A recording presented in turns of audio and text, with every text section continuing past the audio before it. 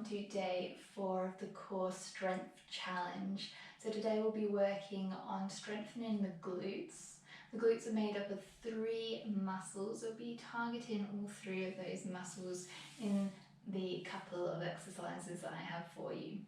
So we'll be starting on our backs, bringing the soles of the feet to the floor. We want the knees pointing up.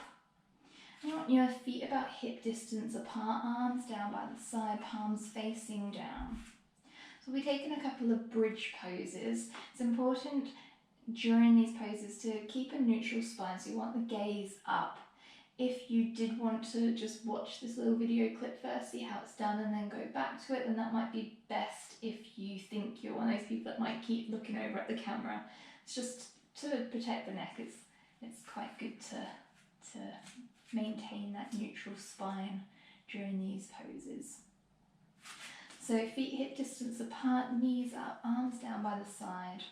We'll start by pulling the navel in and starting from the tailbone, just peeling the hips up. Engaging the glutes, engaging the legs. There shouldn't be any pressure in the arms, it should all be the glute muscles. Keep the muscles engaged. You want a bit of a gap between the chin and the chest. I like to imagine I've got an apple here, so you're not crunching the neck at all. And keep pushing through the legs. So we'll be taking 10 dips here. So on the exhale, just dropping the hips down halfway. Inhale to lift. Exhale to drop. Inhale to lift. Keep the leg muscles engaged. You want to make sure that the knees stay over the ankles, they're not coming out at all. Just keep with the dips. We've got 5 more to go. 4, 3, 2, 1. Great, just slowly roll back down the way you came up. Placing the tailbone last on the mat. You might want to just rock the legs side to side. Release tension in the back. And then bring the knees back up to center. Moving back into our bridge pose here. So this time we will add in leg raises. So if it does feel too much for you, then just come back to the dips that you were doing before. You can always give it a go and see how you feel. So again, starting to engage the glutes, rolling up with the tailbone first, and then roll up 1 vertebra at a time, keeping that space between the chin and the chest, keeping the feet and the knees so the hip distance apart, keeping those muscles engaged. And then just taking the weight so it's on the right foot, we'll lift the left foot up. And from here we'll take the same dips. So on the exhale, drop the hips down, inhale to lift. We'll do that 10 times. 7, 6, 5, 4, 3, 2, 1.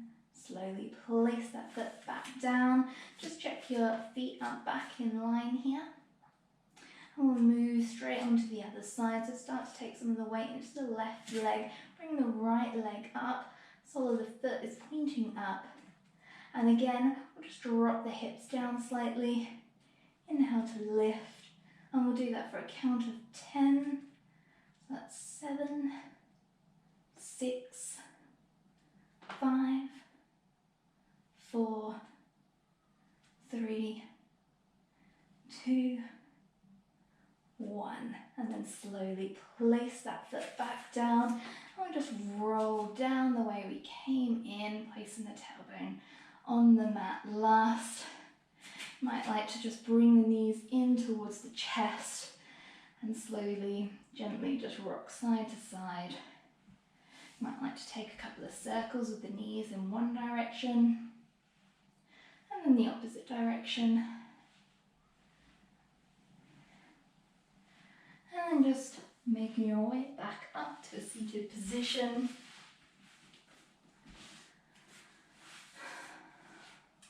So So I hope you felt it in your glutes. You can do those exercises as much and as often as you like. They're a really great way to keep those glute muscles engaged.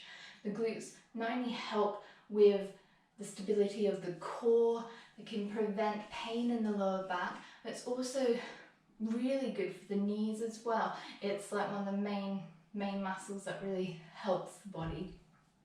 So I hope you enjoyed that, and I hope to see you back for tomorrow, day 5.